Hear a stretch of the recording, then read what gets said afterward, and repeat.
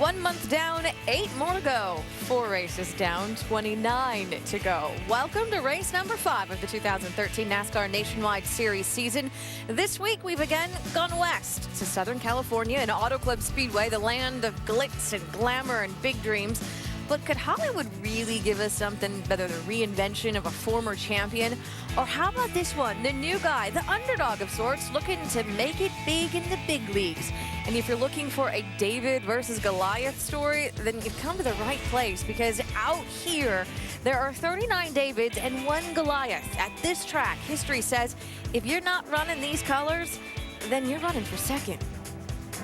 Joey Logano to the checkered flag first. Kyle Busch wins again. They do it. That's too much fun, buddy. They might have to rename the trophy for this race the Joe Gibbs Trophy. Rename that trophy because Joe Gibbs Racing has won 8 straight races here. That is the longest streak by a team at any track. 5 of those wins have come with Auto Club Speedway of Southern California, home to the 5th race of this 2013 NASCAR Nationwide Series season. If you're looking for a blockbuster, try Joe Gibbs Racing. Simply put, they cannot lose. 8 straight, the longest streak ever by a team at a track. Can they make it 9?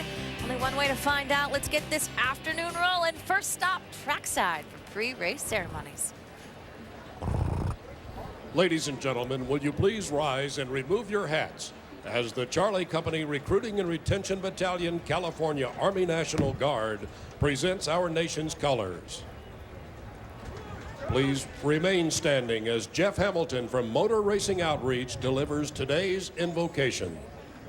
Good afternoon. Let's pray together. Dear Heavenly Father, on a beautiful day like today, we are aware of how truly blessed we are for our families, our friends, our freedom. For these things, we are grateful. Thank you for all those who have made today possible, our sponsors and our track staff. Please protect the drivers and the crews in today's race, along with those serving in our armed forces around the world. So today, for everything and in everything, we give you thanks. Amen. Ladies and gentlemen, please welcome Verve recording artist Cody Carey for the singing of our national anthem.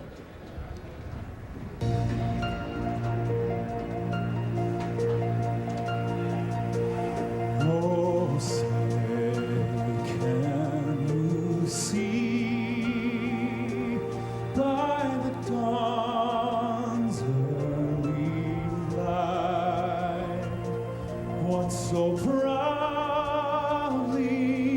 we hailed at the twilight's last gleaming, whose broad stripes and bright stars through the perilous fight o'er the ramparts we walked were so gallantly streaming, and the rockets' red glare, the bombs bursting in air, gave proof through the night that our flag was still there. Oh, say does that star-spangled banner yet wave o'er the land of the free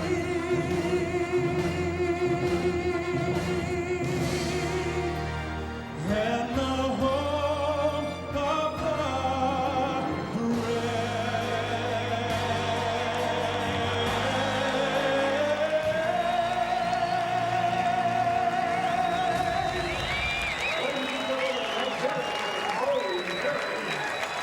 From the track to the booth, time to turn things over to the guys upstairs. This week, it's Alan Bestwick, Andy Petrie, and Rusty Wallace.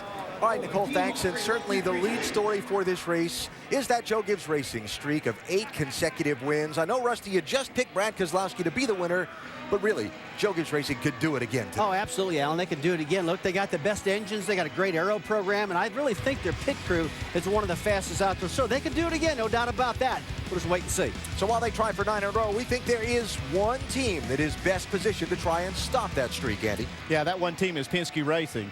They've been so strong this year. And just a couple of weeks ago, Sam Hornish went head-to-head, toe-to-toe with Kyle Busch in that Joe Gibbs equipment and beat him solidly at this kind of racetrack. Very bumpy there at Las Vegas. It is here, very fast. He could do it again today. So we'll see if it's Sam Hornish Jr. or Brad Keselowski who can take Penske Racing and stop the Gibbs streak here in California. Now, 3 things to watch for in today's race: bumps, seams, and speeds. Oh, and all of those make a big effect here at this racetrack. Let's take a look at the racetrack. Let's look at some video here and take a look at the bumps coming down this back stretch. We see the 14 car here just jumping around. A lot of guys complaining about how rough the racetrack is. Here's a 33 car, Dakota Armstrong, jumping around, bouncing around also. The other thing, Alan, is the seams. Take a look at Sam Hornish in the 12 car. Here he gets loose. He chases it up the racetrack, hit that seam, got pretty loose. Now, another thing we got at this racetrack is a lot of speed. Let's take a look at Kyle Busch's car. Look at the mile per hour, 178 miles an hour, 7,900 RPM. Backs off the throttle just a little bit right there, about 160 miles an hour, 7,200 RPM. Guess what I'm trying to tell you is they're not losing much speed in the corner, guys. This is one fast racetrack. So at those kind of speeds, whoever gets the bumps and the seams right might be the guy that winds up in victory lane. The other part of it you have to get right to win this race, the strategy. Yeah, you do, because this, even if you have a really fast car, the last lead change of these races, as you can see, happens very late. And what sets that up is pit strategy. Who makes the right call at the right time to put their guy in a position to be able to take advantage of it, and we'll be watching to see who that is today. So will there be another late twist of plot here in Southern California? It's a good bet. We'll find out when the green flag waves next. NASCAR Nationwide Series at California, presented by Kawasaki and the off-road rated Terex 4. And in part by Nationwide Insurance. Nationwide is on your side. And Ram Trucks, engineered to move heaven and earth. Guts, glory, Ram.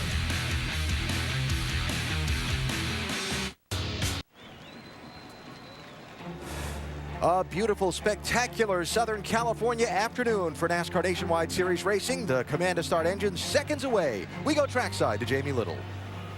Well, Alan, there's one driver in this field who already has a win this weekend. It's 20-year-old rookie Kyle Larson. Last night, he flew up to Northern California with Tony Stewart. He raced a sprint car in the World of Outlaws. Well, not only did he beat Tony Stewart, he beat the entire field. Now he comes here, his first time ever in a nationwide car at this racetrack. He's ready. He qualified top 10. We're expecting big things out of the 32, Alan. Can Kyle upset Kyle and the other Joe Gibbs Racing cars? We'll find out starting now. Race fans, it is time for the most famous words in motorsports.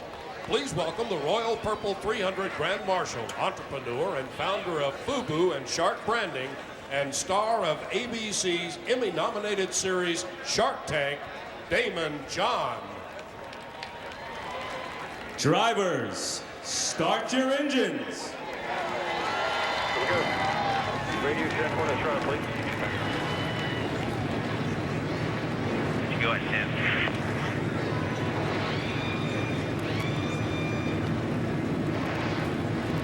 Tim. Ready to go here in Southern California. Justin Allgaier still buttoning things up inside the cockpit of that 31 car.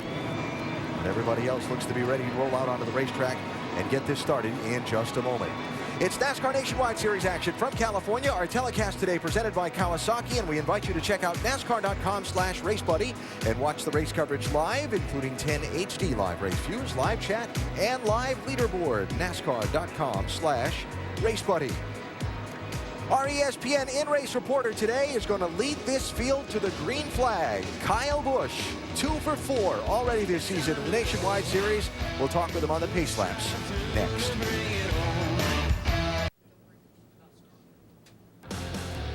Well, Kyle Busch so far in this 2013 NASCAR Nationwide Series season has made the most of his return to driving Joe Gibbs Racing equipment in this tour. 2 for 4 this year, dominated the race at Phoenix, second one of the season. Then last Saturday in Thunder Valley, held off Kyle Larson by a fender to win at Bristol in what was a very exciting finish. Kyle certainly has been potent and a threat every time he straps in aboard one of these Gibbs cars. 41 wins in 107 races. That's an outstanding record that any driver would be envious of. Oh, and by the way, Kyle goes for his 42nd win with the Gibbs guys from pole position. Race reporter, Rusty. On the booth, ESPN, you got us? Yeah, I got you, Rusty. What's up? Hey, buddy, not much. Hey, right up the road in Torrance, California is Toyota headquarters. Any self-induced pressure to really do good for those thousands of fans up there at headquarters watching this Toyota run today? I mean, guys have done a great job on this race car, and you know, Joe Gibbs Racing's won here a lot the last few years in Nationwide Series. So today will be all good, but this Monster Energy Camry looks good and certainly running fast. So hopefully we can keep it up front. Kyle, another thing people are talking about are the seams on the racetrack. A lot of drivers I've talked to said it really upsets their car, gets it kind of jumping around. What about your car? What are you feeling out there? Yeah, for me and our stuff here, I don't feel the seams so much for the first 5 laps, but after that you get a little tire wear going on, and the heat gets to the tires, and then you got air pressure builds up. You know, you start feeling them then. So it's definitely a little bit of a hassle. You know, you got to bide your time with them and make sure that you don't hit them the wrong way and cost yourself some lap time, which could cost yourself some positions. All right, Kyle, we got an ESPN mailbag question. It comes from James in Rochester, New York, and the question is, what are the challenges you face driving for one team in the Nationwide Series while also being a car owner in that series? Well, I'd say the biggest challenge is, you know, just having to worry about 2 cars instead of just one. You know, you're always kind of looking and trying to figure out where your car is that you own on the racetrack. But you know, things have gone really well. Parker's done a good job, and you know, this team here, they've done a really good job for me. So we've been able to keep our stuff up front. We've won a few times, and we'd like to keep doing that some more. But also, I'd like to see the 77 car win some races too. So those guys will get it, and I'm sure we'll be battling it out. That'll be the most fun part. All right, Cal, thanks for talking to us, man. Have a great race. Kyle Busch starting for pole position today for Joe Gibbs Racing as they pursue their 9th straight Nationwide Series win at this track. Now, last week the drivers were faced with one of the smallest tracks on the circuit. Now they're at one of the larger speedways. Well, same for the pit crews on one of the smaller pit roads a week ago at Bristol, with one of the larger pit stalls to work with today. Our over-the-wall reporters Mark Hollywood Armstrong changing front tires for Parker Kligerman in that Kyle Busch Motorsports Toyota. Just because you got the extra space to work with, Hollywood, it doesn't change a whole lot for you, does it? Well, it could change a whole lot. Each and every week these teams practice and they're choreographed exactly what to do on a pit stop. And the driver, well, he kind of sets that tempo. And if he comes in, stops a little deep or stops a little bit short, well, that could upset the whole pit stop. And that in itself could cause a lot of problems for some teams today. A second on pit road under a green flag stop is over a football field on the racetrack. So even though you might have a lot of area here today to do your stop, the question you got to ask yourself, is it a lot of room to do your work, or is it more room for an error?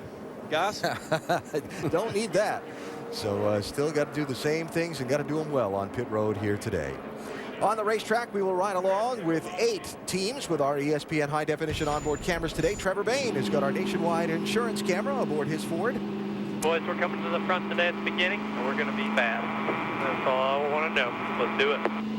There you go. Sam Hornish Jr. has got a Ford EcoBoost camera with him today. Brian Vickers, a Nationwide insurance camera. Nelson Piquet Jr., the Kawasaki on board. Justin Allgaier has our Chevy on board. I definitely found the looser part in qualifying. Sorry we put you so far back here, but we'll get her back. I know we're a lot faster than a lot of these guys in front of us. Starting in 18th position today is Allgaier. Kyle Larson's got the Royal Purple camera. Kyle Busch with the Toyota on board. And Travis Pastrana has our Goodyear onboard camera today in Southern California. A couple of more stories to keep an eye on from pit road as the day unfolds. Here's Vince Welch. Thanks, AB. You know, Brian Vickers has posted back-to-back third-place finishes, and his team feels like they had cars that could have won those races if the track position would have played out differently. Well, Joe Gibbs Racing has won 8 in a row here at Auto Club Speedway, and Vickers and this 20 team believe they have the car that could add to that streak here today. Doc Punch? 2012 Rookie of the Year Austin Dillon was the fastest car in nationwide practice yesterday, but he's only 11th fastest in qualifying. Why? Because the car got very, very tight in turns 1 and 2. But prior to climbing in the car, he told me, he says, Doc, I believe we're a top 5 car today. In fact, no, I think I can win this race. Gotta love the kid's confidence. Here's Dave Burns. Bristol was a beatdown for Elliott Sadler, Doc. Last week he finished 36th with engine failure and dropped from 3rd to 10th in the championship. I asked crew chief Chris Gale, where do we go from here? He goes, we run as hard as we can and we don't look at the points for a couple of months. These guys are already over that last week. Their best practice, Chris told me, was yesterday so far this year. And Elliott's best qualifying effort, 2nd today. They're already looking far ahead and beyond Bristol. Alan? Well, going in Elliott Sadler's favor today, he's aboard one of those Joe Gibbs Racing entries as they go for a record 9th straight win here at this track. So it's 2 miles around this big speedway, only 14 degrees of banking in the corner, and to get the 300-mile distance today, if I've calculated right, it's 150 laps. Fast racetrack, one of the fastest tracks they run on besides the track in Daytona. And for me, guys, this is a real test. How good these cars going to handle, because this track has gained a lot of characteristics, a lot of bumps, a lot of seams we talked about a little while ago, and how will they handle today? The weather's pretty good out here, Andy. We haven't heard a lot of complaints from anybody except for the bumps. I can't wait to see what happens here. Yeah, I like a track that has character, and one thing that this track is going to do is it's going to give up a lot of speed during the run. The tires really do wear and give up a lot of speed as you go, and it makes for great racing. I'm really excited to see this one get going. 74 degrees. Here in Fontana, California, as the pace car turns off and the field of 40 comes down to start the NASCAR Nationwide Series Royal Purple 300.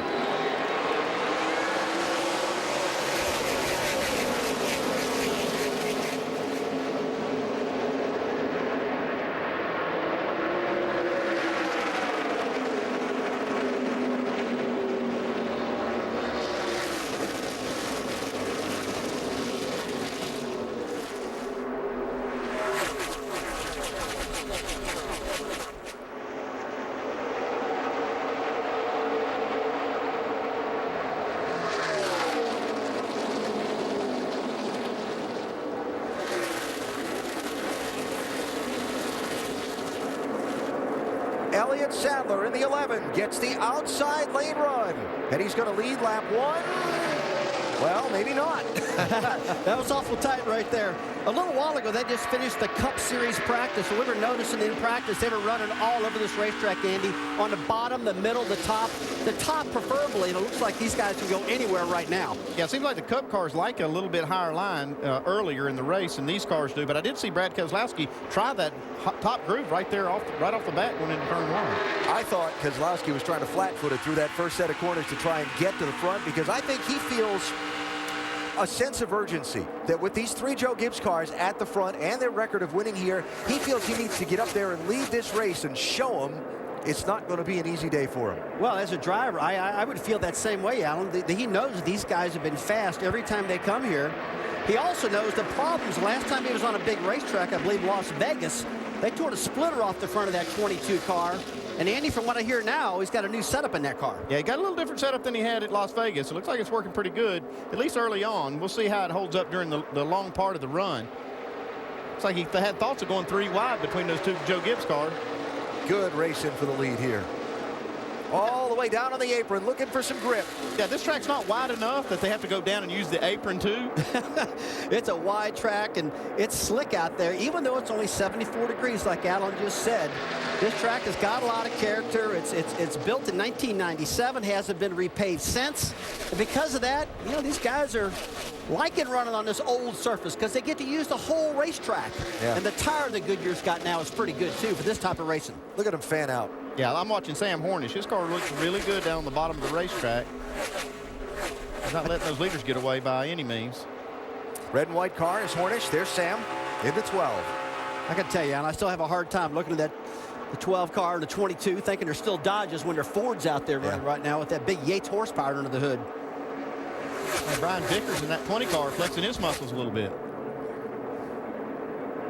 So Sadler, Kyle Busch, now 3 wide for third. But this is one thing I like about this track. You get a big draft, Andy, down that front straightaway, but you got to get the right angle getting into turn 1. You see, Sam, he had to get it right on the bottom. A lot of grip down there. He's going to beat them all, getting into turn on the exit of turn 2 now. Yeah, we heard Brad Keselowski say that pre-race, how this is the perfect combination for this style of racing. I mean, the horsepower of these cars with the aerodynamic package they have is perfect for this racetrack. Yeah, I can't get off the throttle here, Jeremy. I got a really good car. Got to give me some throttle stability. Brad Keselowski, after trying to get the lead and now settling in line in 4th. Yeah, what he means right there is he's having a little bit of problem with rear grip when he's on the throttle of keeping those rear tires hooked up. He says he needs a little help with that. Yeah, just imagine driving into a corner real deep in your street car and you just jump out of the gas real quick. The back of the car tries to come around, and that's what's happening to him. I think that might have been what happened to Kyle Busch. Wow. He got loose too, didn't he? Yeah. Tried that slide job on Elliott Sadler and ran out of room.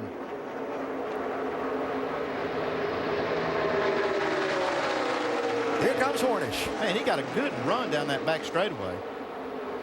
It just seems like the bigger the racetrack for Sam Hornish, the better the guy runs. He's got so much more experience now than what he had a couple years ago, and I believe a lot of people are talking about he might win this championship this year. Yeah, I spent a lot of time with this crew chief, Greg Irwin. They've got a really good thing going early in the season. He feels so confident about how they're running right now in this racetrack today. I think that he was very confident they can win this one. Going for second.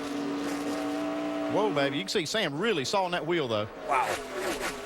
And don't forget, Sam Hornish has 2 wins in the IRL series here. He knows where victory lane is if he can win it. There you go. Hornish up to second. Now setting off after Elliott Sadler. Remember, 2 races ago, Las Vegas Motor Speedway, the fast mile-and-a-half track. Sam Hornish was the winner and dominant in that event. Had to rally back to the lead a couple of times. Right now, he's chasing Elliott Sadler after Sadler got around Kyle Busch to hang on to the #1 spot.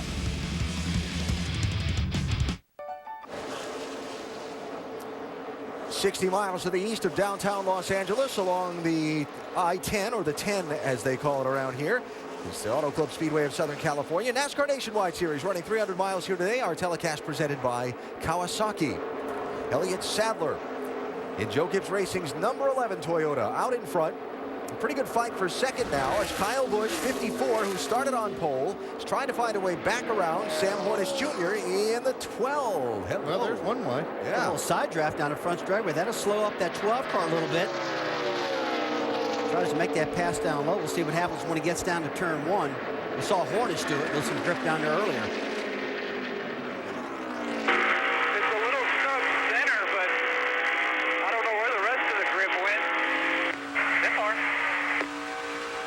Kyle Busch with early feedback to his team. And again, trying to make that slide job move in turn 2 and having to hang on. Yeah, now he's got his hands full with his teammate Brian Vickers. Talk about Brian Vickers. I've been waiting for Brian to really turn it on to get up and dominate this series. I thought when he got in this 20 car, that's all we'd be talking about is Brian Vickers, because he's been so dominant. Look at his crossover, the 54 car, Kyle Busch. This is classic racing here in California, but one thing it does do, it slows you up big time when you get side by side like that. Big draft off these cars. Oh, yeah, big time. On this big, fast 2-mile track. You know, you're talking about Vickers, Rusty. A couple of third-place finishes the last couple of weeks, starting to get it rolling. Almost kind of fits the mold of the Elliott Sadler conversation. We've had a little bit about getting used to a new team and a new crew and different ways different teams do business. He only drove 1 race for Joe Gibbs last year. You know, you're exactly right about that, Alan. I guess I just keep thinking about when he won the championship with Hendrick, how he was so fast and everything he got in. And when you come down from a Cup Series into the Nationwide Series, you expect that driver just to get it done right off the bat. Well, here he is battling for the lead right now and looking pretty good. Jamie, what's he saying down there? Well, Brian Vickers has a style of smooth and steady. He won't push the issue. He'd rather bring the car home and think big picture and points and championship. As far as his car is concerned right now, he's saying he's just tight in the center off of 1 and 2. Other than that, the car is pretty good. Watching Brian at work as they navigate the bumps and the seams and the apron. Yeah, we've got all 3 Joe Gibbs cars running 1, 2, 3. It's kind of funny how you can see how they're handling a little different. Looks like Brian Vickers' car will go anywhere. And Kyle looks like he needs the top for his car to be fast. Andy, I tell you, what is it about this Joe Gibbs team that's got these cars running so equal right now? I mean, is it they got the best lineup of drivers they've had in a long time, or the cars just that equal? What is it? They have a very strong program, and I think they put a lot of emphasis in this series. And you know, the driver, everything's obvious. They got good motors, everything's good, but I think that they have really put a lot of emphasis into this series. They put a lot, you know, a lot of the Cup teams. It's kind of like their secondary thing. I think this is more of a primary effort that you see out of Joe Gibbs. Pretty good race for second, but you see Elliott Sadler has driven away from this trio a little bit. Opened up a gap of about a second and just a second and a tenth or so. And Sadler, as we've talked about already, very much needing a good result today here in California. Elliott himself telling us earlier his season compacted by some of the problems they've had to start the year, including that engine problem last week in Bristol. Now, Brad Keselowski went from trying to get the lead early on, Jamie, to now slipping all the way back to 9th. Yes, he's not too happy about this race car. He's saying he is so loose on a scale of 1 to 10. He's at 9 loose, so he's doing all he can to hang on. Keep his fingers crossed for the first round of pit stops coming up around lap 35 to 40. Yeah, one of the things that's going on with this 22 car is they're running a setup very similar to what Sam Hornish ran at Las Vegas. And they haven't been using that setup. This is the first time, and I think that it's a little different. I think this team is having a little bit of trouble catching up to the balance and how to keep the car balanced with that front spring setup that they have in there. So Keselowski slipping back. Sam Hornish is about to slip back another spot, giving up third to Brian Vickers. You know, one thing I've been noticing, these Toyotas up front are a little bit tight, sliding that front end a little bit. But Sam Hornish running back there, the back end's coming out. His car's a little bit loose. He's a little bit loose, but now his teammate, Brad Keselowski's really loose. So, Andy, you would think they got close to the same setups right now. Hopefully they're communicating back and forth about what they can do to fix these Fords. See Sam Hornish's hands turn to the right as he gassed it up in the center of the corner in that Ford. At 180 miles an hour or so. Gotta be fun. Elliott Sadler's having the most fun right now. Out in front and led all of the laps so far.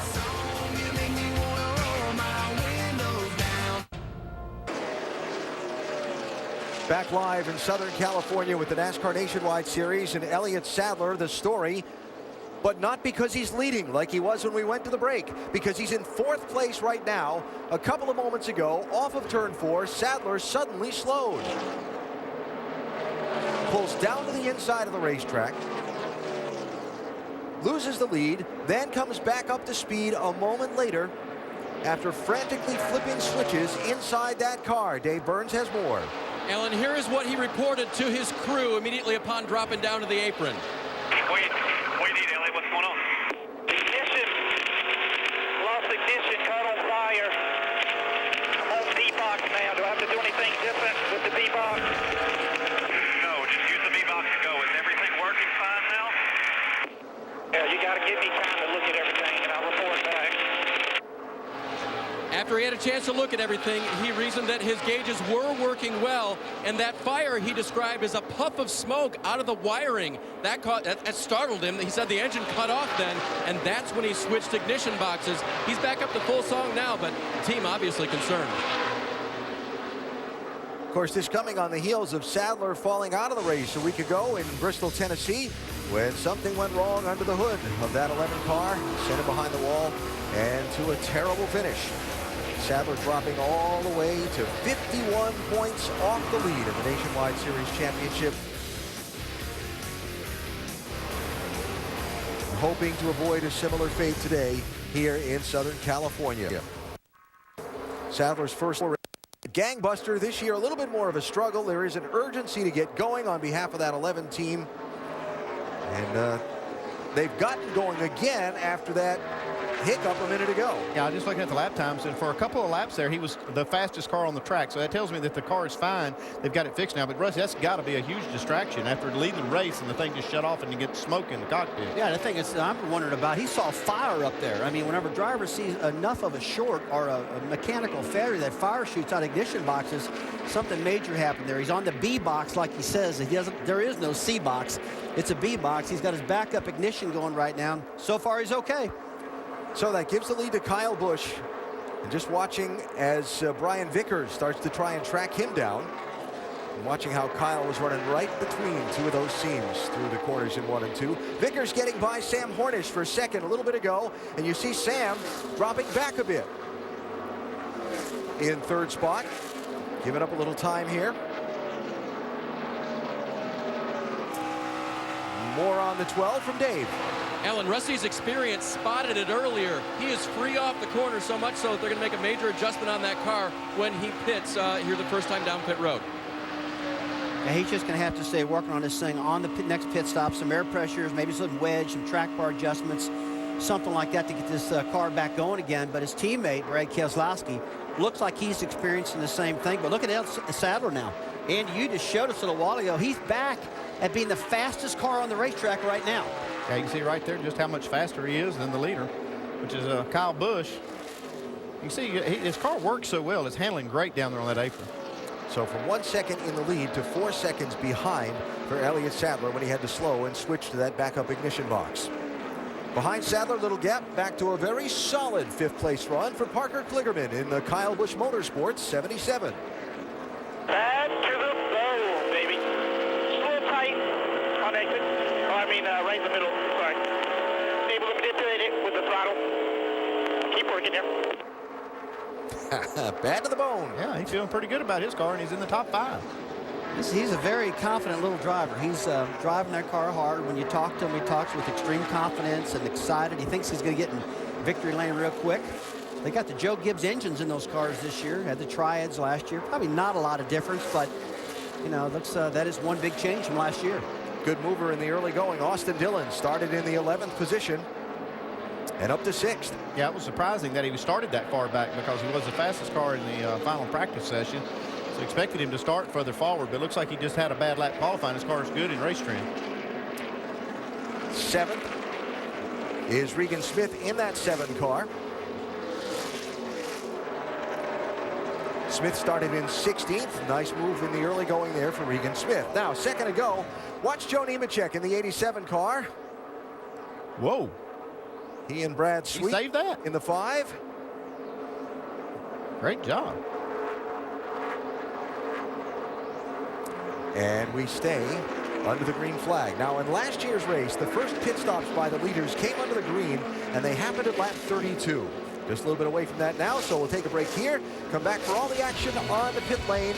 And by the way, something extra and new for the drivers to deal with on pit road during these stops. Update that when we come back. Why me? Back at California, just shy of green flag pit stops, the 7th place car, the 7 of Regan Smith, is only running with air in 3 of those tires. Yeah, look, left front flat right there. No caution right now. We pick up on the left side here, guys. We hardly ever see left side flat, especially a left front, especially maybe get bumped or something with the front splinter, tear it up. Vince, what's happening down there? Well, Regan Smith had indicated that the car was all over the place. He had been critical of its handling, and they were concerned about maybe they had a tire going down as we've got a caution out for debris. And sure enough, the left front for Regan Smith is down, and he is in to get that addressed. Now that's a bad break, but a good break for the 7 car. That car scattered some debris and brought the caution flag out.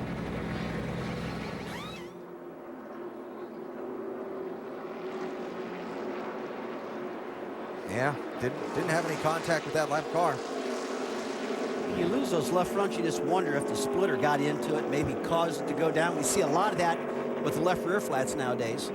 Just from over the bumps, maybe, or that could be, Alan. Could be just over the bumps, maybe just a run over piece of debris and just caused it. I'm trying to speculate why you would lose a left front this early in a run. Well, it's late in the run, but still, we never see left fronts. Caution, also a chance for Kyle Busch to catch his breath after this in traffic just a second ago when he ran up on the 79 car. Paulie Haraka driving that machine today, and watch this.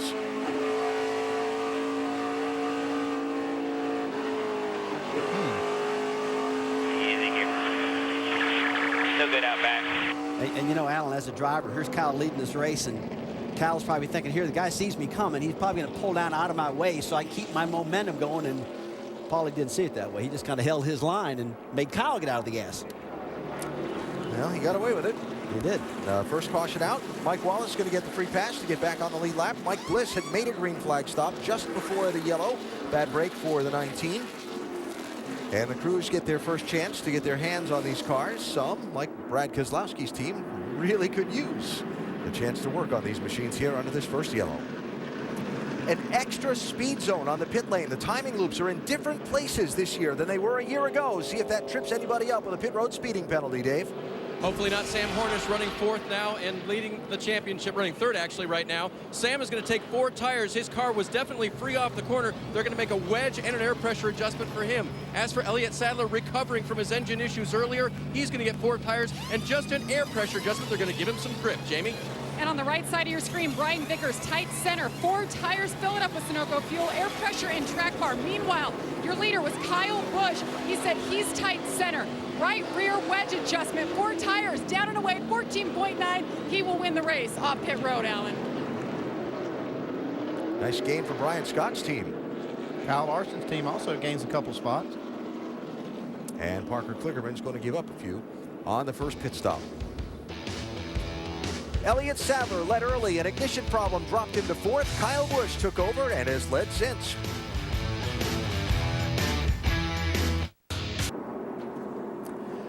NASCAR Nationwide Series from California. Our telecast today presented by Kawasaki on a beautiful 74-degree afternoon. Our aerial coverage provided by Goodyear. Everything they learn making tires that face the grueling demands of NASCAR inspires what rolls into yours. Goodyear, the official tire of NASCAR. Spirit of America from its base in Carson, California, cruising across to hover over the racetrack today and provide us with these spectacular views. And speaking of spectacular views, we invite you to check out NASCAR.com/RaceBuddy and watch the coverage today live from Auto Club Speedway with 10 HD live race views, live chat, and live leaderboard. Doubled up for the restart. We saw exiting the pit lane. Parker Kligerman lost 5 spots on his stop. We might have some evidence why with our over-the-wall reporter, Mark Hollywood Armstrong, and the camera he's carrying for us.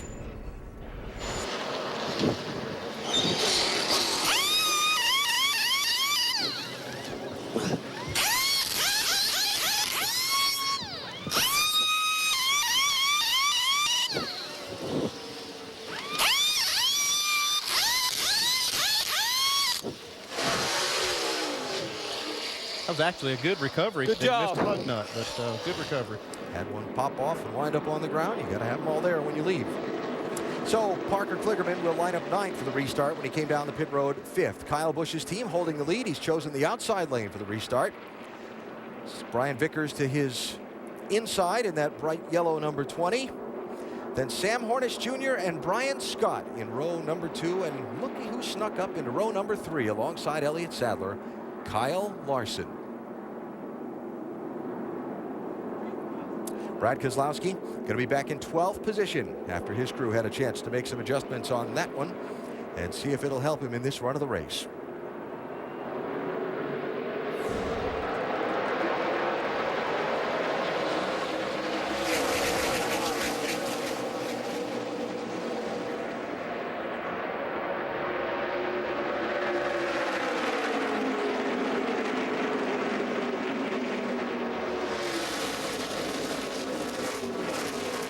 How about a little 5 wide for you? That's what I love about this racetrack. You can just go all over it right now. You see Sam Hornish there just cleared Brian Vickers to get up in front of him. That was a big move right there, something he needed to do on this restart while his tires were fresh. Looked almost like a restart you see at Daytona or Talladega, how they fanned out after they crossed the start-finish line.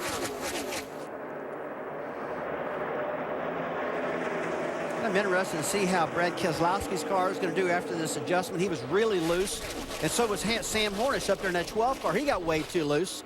Had an opportunity now to work on these things and tighten them up a bit. And Andy, the setup in the 22, like you mentioned earlier, is different than he's been running. Probably going to take him a while to figure this thing out and get the feel that he's looking for under control. Here's Trevor Bayne in the 6. Haven't called his number yet today. Trying to get a little closer to the front.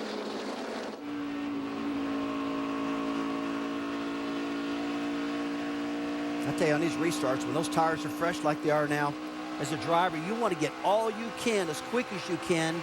Because it seems like after about 4 or 5 laps, it kind of stabilizes, and you just don't have that grip like you had early. And that's the reason I love watching one of those restarts. They just go for it. The car struggling right now is Elliott Sadler. He's lost some spots on this restart. Looks like his car's not as good as it was. This is for the lead. Hornish down low.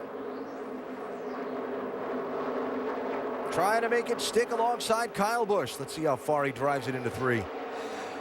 That's a test amongst horsepower right there, coming down that back straightaway side by side. Look like a big drag race.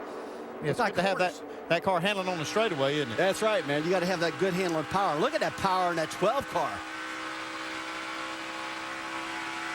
Cal can't catch him right there. He's maintaining. Hornish is.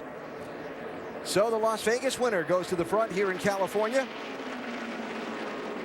Looks like Greg Irwin did a good job of making an adjustment on that car for Sam. It was loose that first run, but you really won't have a good idea of how effective that adjustment is until later on in this run when the tires wear. Austin Dillon up to 4th place in the 3.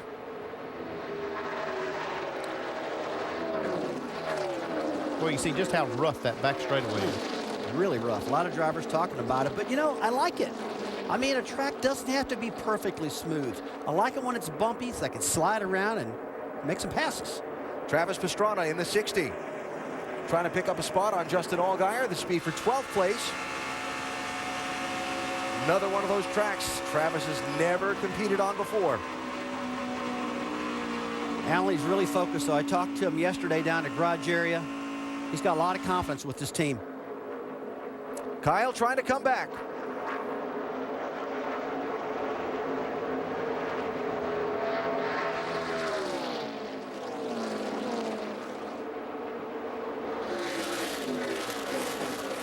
Got him. You see that 12 car still a little bit loose, Andy. Just back of the car is just still jumping around a little bit. And Kyle's car is just handling better at the moment. Yeah, his car looked rock solid through 3 and 4.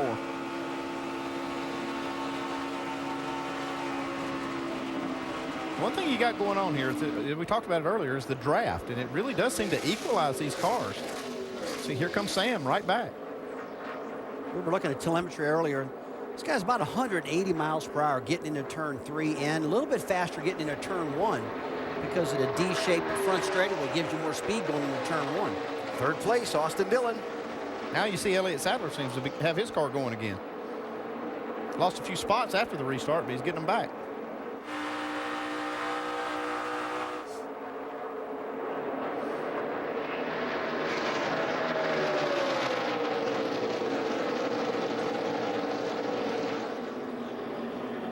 Paulie Haraka in trouble.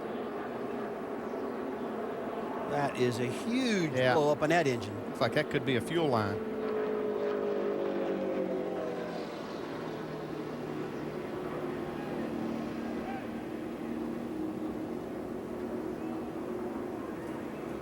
Yeah, this can destroy the race car pretty quickly if we don't get it out. Yeah, you can see he's really concerned about it, trying to get that fire crew over and get this thing put out, but now, just so you understand, fire crews don't move until they're instructed to from the control tower, and they don't allow them to go until the race cars are all slowed down and under control. You don't want to put the safety workers in unnecessary jeopardy. Make sure the race cars are slowed down before you roll the safety workers. Especially if that car put down a pile of oil off turn 2, you want those race cars slowed down. Oh, you got that right, Alan. It makes me concerned when these drivers jump out of the car that quick, too, and they're standing by the car, and you don't know where the oncoming cars are at yet. Top left of the screen.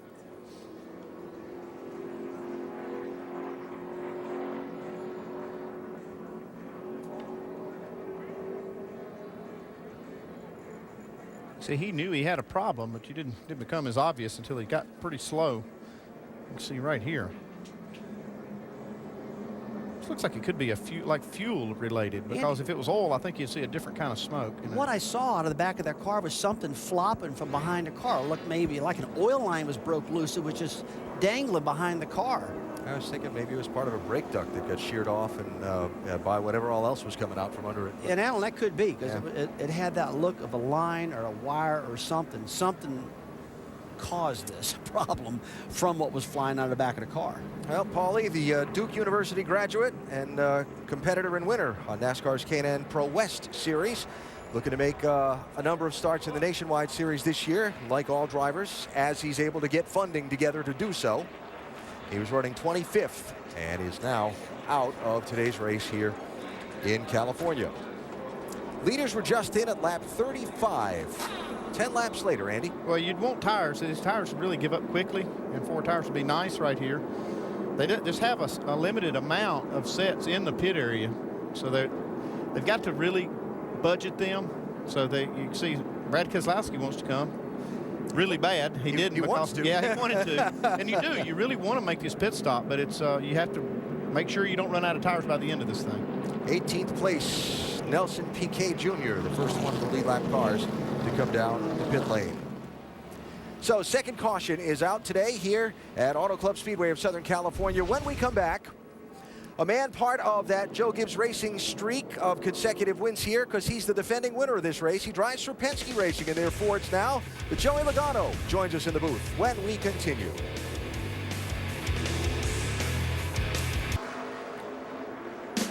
Don't miss ESPN's NBA action. Monday night, LeBron James and the Heat look to continue their historic winning streak when they take on Jameer Nelson and the Magic. It's NBA Special Edition presented by State Farm. Heat Magic Monday at 7 on ESPN and live on Watch ESPN.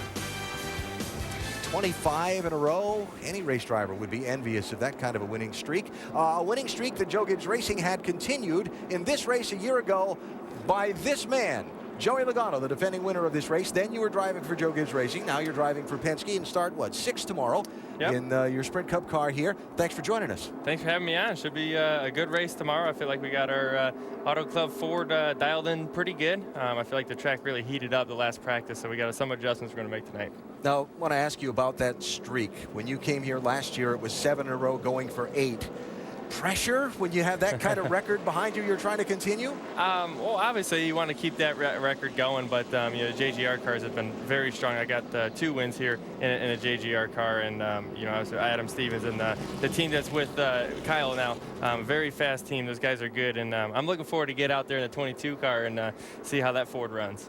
When you sit here and watch the Penske cars running today, Joey, and watch the Joe Gibbs cars, is there quite a bit of difference in the way these cars are handling from what you saw last year with the other team? I could tell from the Cup side, yes, there is a pretty big difference. But on the Nationwide side, I haven't got to drive one yet, so I don't know. But I know a lot of times last year I was racing against that 22 car for the win, and that's a good sign. For someone that's going to drive that car next year, you're like, sweet, this is good. So I'm looking forward to getting in that car, like I said. Yeah, you're talking about the 22 car. That Sprint Cup 22 that you drive, I heard in the first practice session yesterday that you had one of the faster cars. And has the track changed a lot? I heard you say you needed to work on it. Yeah, it heated up. And, you know, when that happened, we lost a lot of rear grip on exit. And, you know, then you're trying to, you know, keep your car turning after you fix your exit. So it's just kind of a balance back and forth. Yeah, that's one of the things your teammates out here today are fighting. They had to adjust for being loose off. Looks like Sam and Brad have been struggling with that just a little bit. That's something hard to do at Nationwide. You know, you don't have another set of tires to put on in practice, and that makes it difficult to know what your car is going to be like when the race starts. So you got to have a good idea of how much you want to go back on your adjustments when you get those new tires and a full load of fuel. Joey Logano with us today, the defending winner of this race at the Auto Club Speedway. He's driving the Auto Club Ford tomorrow at this racetrack. I love it when a plan all comes together. That's right. And Joey's going to hang with us here for a little bit as we get ready to go back racing. Our green flag restart presented by Royal Purple.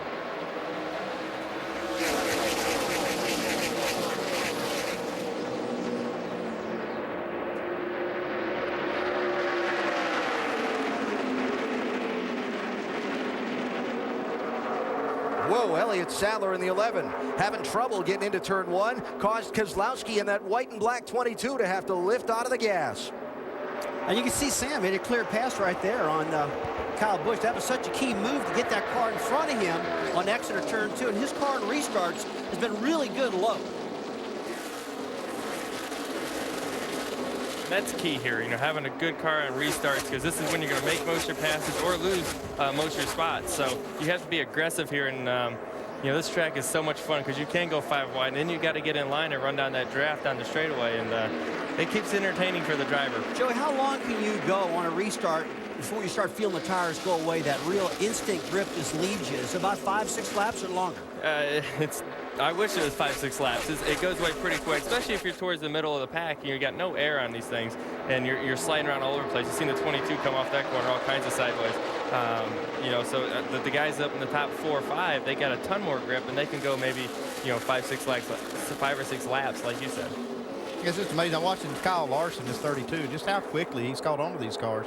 I know he's driven all kinds of different things. He won in the World Outlaw Series last night. And it seems like as he gets started in these races, it seems to get better and better, like he's learning exactly what he needs by the end of the race. For sure, you can definitely tell, and I'm jealous of him. He gets to race a lot. Yeah, he does. Fair. When are we going to see you next in a nationwide car, Joey?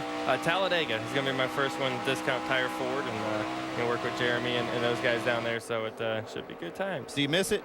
I miss it a ton. I bet. This race last year, I thought was the most fun race I've been in my entire career.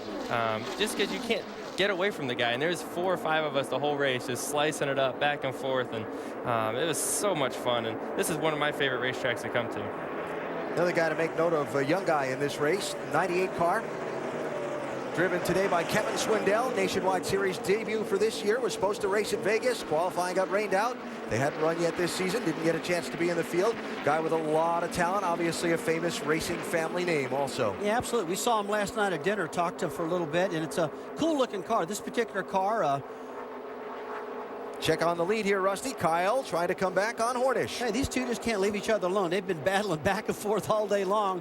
And we've been commenting on the power that 12 is making. And just about the time I say that, here comes a 54 car. So they're awful equal. Here comes a 20 down pit road here. Tough break here for Brian Vickers. Going to give up top 10 spot, Jamie, for an unscheduled stop. He was running 4th, Allen, and before that caution, he said he's been running hot, got up to 290. Light smoke in the car. Just reported he has more smoke in the car. You can physically see it on the racetrack. They said, bring it in. Let's take a look at it. Tough break right now for the 20 of Brian Vickers.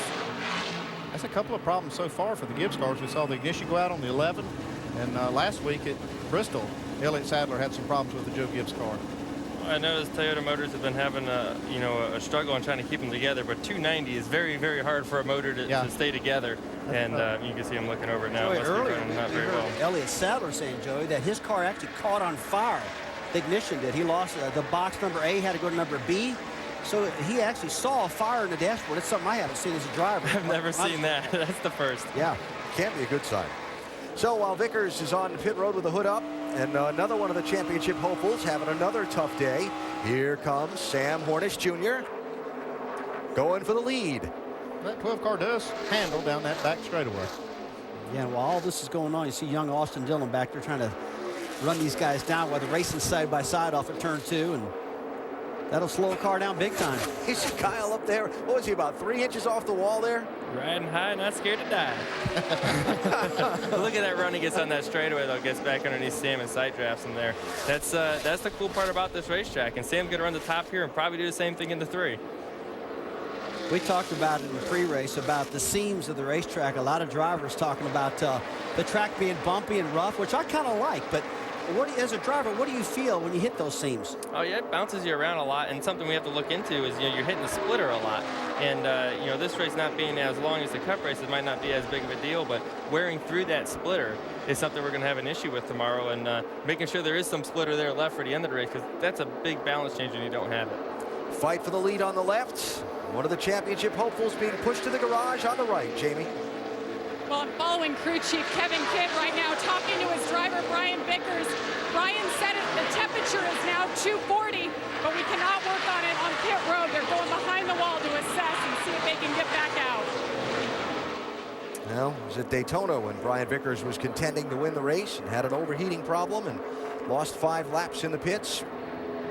He's behind the wall now today here in Southern California. Kyle Busch and Sam Hornish putting on a great fight for the lead. They've got company coming. Austin Dillon in the 3, closing quickly. Elliott Sadler trying to claw his way back to the front after he had some ignition box troubles earlier. You like the NASCAR Nationwide Series at California. Today our telecast presented by Kawasaki. We remind you to go to NASCAR.com for all your latest NASCAR information. 60 of 150 laps are in the books. Been a good fight up front all race long. Elliott Sadler led the opening laps after getting the lead from Kyle Busch. Sam Hornish Jr. ran up and has been racing back and forth with Kyle for the lead. Sadler dropped back after an ignition box, now trying to work his way back to the front. Here racing Austin Dillon for the number 3 position. Joey Logano joining us for our telecast today. Driver of the Auto Club of Southern California Ford. Tomorrow starting in 6th position in the NASCAR Sprint Cup race. And Joey, the defending winner of this race. Elliott's given it a try. I watched Elliott last few laps, and he's been catching his whole group. And he's going to clear the 3 here and probably run down the next ones. He's been going pretty fast here lately. Yeah, we've been seeing these guys really running the apron down to turn 3 and 4. Just using the whole track up. And they get down to turn 1 and 2, and they're right up against the wall. So, I mean, the grip on the bottom versus the top, Joey, does it feel about equal to you? Well, it all depends on where your car is working the best. You know, running the apron in 3 and 4 really de-wedges your car, and if you're tight, that works out pretty good for you. Running up against the wall, I call it an air cushion. The air coming off the side of the car is actually binding up against the wall, and it's actually giving you a lot of side force. So it's hairy up there. You can't make a mistake, but I feel like there's more grip up there too. So it seems like Kyle's using that line right now. Pretty good race for 11th and 12th here. Travis Pastrana looking ahead at Kevin Swindell. We were talking about Kevin Swindell earlier about the 98 car. His owners bought the old Carroll Shelby engine company, and that's been on the side of this car for a long time in the back. Wow. Pretty interesting story. Good looking car too, black and gold. And we talked to Kevin last night. He was actually pretty excited about this. Now, watch these 2 cars. We talked about bumps, seams, and speeds as being 3 things to watch for today. Watch the front end of that car on the left. Bump, bump, wow. Bump. Look at his head in there. His head's bouncing on. He can't even see where he's going. Does it feel that rough? Yes. Yes, it does. Now, that's character in a racetrack. 5th place, Kyle Larson in the black 32. Brad Keselowski in the black and white 22. Brad tried to pick his way back to the front. Weren't with us earlier. Brad tried to get the lead in the opening laps. Made a couple of really hard drives through turns 1 and 2, and the car just wouldn't stick for him. Fell back as far as 9th before the first set of pit stops. Yeah, these cars have lost a little bit of ground to the leaders. They're about 5 seconds behind the 3 car of Austin Dillon. It looks like Kyle Larson is now going to try to make up some of that gap. Keselowski really struggling today. You just seen him come off that corner sideways. It just seems like he's got no rear grip in that car. 99 Alex Bowman, another one of the promising young drivers in this Nationwide Series, really turning a lot of heads in these opening 5 races of the season. Hey, he's been strong. He's got a lot of confidence too. I talked to him down the garage. Jerry felt real good about it. Running all the races. He's got the Joe Gibbs engines in that 99 this year. Had the Triad engines last year, and probably not a lot of difference, but it is something different. You know, Joey, you got a lot of young guys coming into this series, and as somebody that's done that, what kind of advice do you have for people like a Kyle Larson, Alex Bowman, in these good cars running good right off the bat? Well, I mean, it's tough. I mean, I feel like when I jumped in, I got into a JGR car, and the cars were really stout at the time, and I felt a lot of pressure to go out there and have to win, just like Kyle and Denny were at the moment. And you know, I feel like I was able to do that, but eventually I wasn't doing as good as them. I had to be patient. I need to learn to be patient, learn that, you know, all the little ins and outs of NASCAR. And, you know, there's a lot to learn there for me. But, you know, it seems like these guys got the, you know, the basics down. They got the talent. And I feel like that's where I was. I just had to hone in on what, how to, you know, perfect my talent and, you know, get the most out of it. And that's where the really good drivers in the Cup Series have done, is really honed in on what makes them fast every week. Yeah, that talent you talk about, you can't learn that. You have to come with that. You got to come with that part, then you got to figure out the rest of it, because all these guys got talent. The rest of it after that is a lot of hard work. Well, Brad Keselowski trying to figure out how to get a handle on that car and hang on to some track position. Trevor Bayne trying to go around him. And Parker Kligerman in the 77. Remember, lost 4 spots on the first set of pit stops and not able to make up any of that track position in this run of the race. Well, I can tell you one thing. All those guys down in that pit studio picked that 54 car to win the race. I picked the 22. And he's got a lot of work. This can't start to embarrass me. He's making me feel bad right now. Yeah. He's got to get going for you, doesn't he? I know. I'm sure when they get a caution, they're going to be putting some rounds in that thing. So yeah, and you know, Brad Keselowski is one of those guys. You just can't count him out at all. I don't care what he's doing in the middle part of the race. You never know. Great thing about our sport, you just never know. Whoa! Oh, that 22 God. just about spun. Now that was a great save. That car is loose. 10-4 on the loose. Well, Keselowski now back to 9th position. Brian Scott closing in on his back bumper. The cause of all the whoa! Watch this. Look at that again.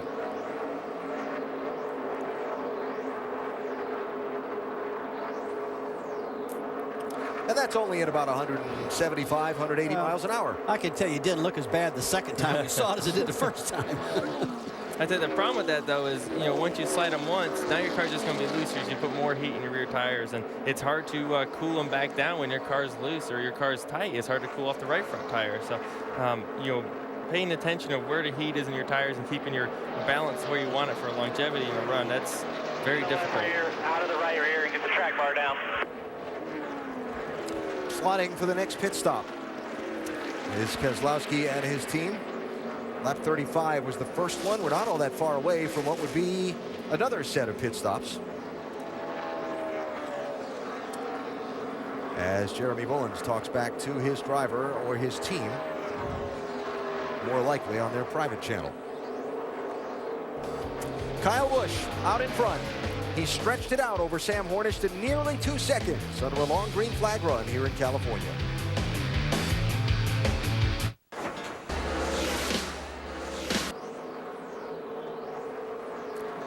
Kyle Busch leading 1 lap from halfway today of the NASCAR Nationwide Series 300-miler. Our telecast presented by Kawasaki, approaching green flag pit stops, but the race continuing without the driver who entered the day 5th in the Nationwide Series Championship. Here's Vince. A lot of attention under the hood, Brian, and a lot of cleanup going on in the back of the car. What were you experiencing before you had to bring it in? The engine started to tighten up and experiencing a lot of oil being pushed out of the overflow. A lot of smoke inside the car. So we don't really know what's happened yet, unfortunately. You know, I know everyone's going to give it 100% and try to get us back on the racetrack. And if we don't get back on the track, we'll figure out what it is, get it fixed, and we'll be back next week. Unfortunately, it's not going to be a good day for the Dollar General Toyota. It's a shame. We had a car capable of winning. We just needed we were one adjustment away from being able to race with our teammate Kyle for the win, and now here we are parked in the garage. Thanks, Brian. So Brian Vickers with a lot of troubles under the hood of that number 20 machine, and again started the day 5th in the championship and is out. 3rd finish outside the top 10 in 5 races this season for Vickers, and that is not the formula to win a championship in this series.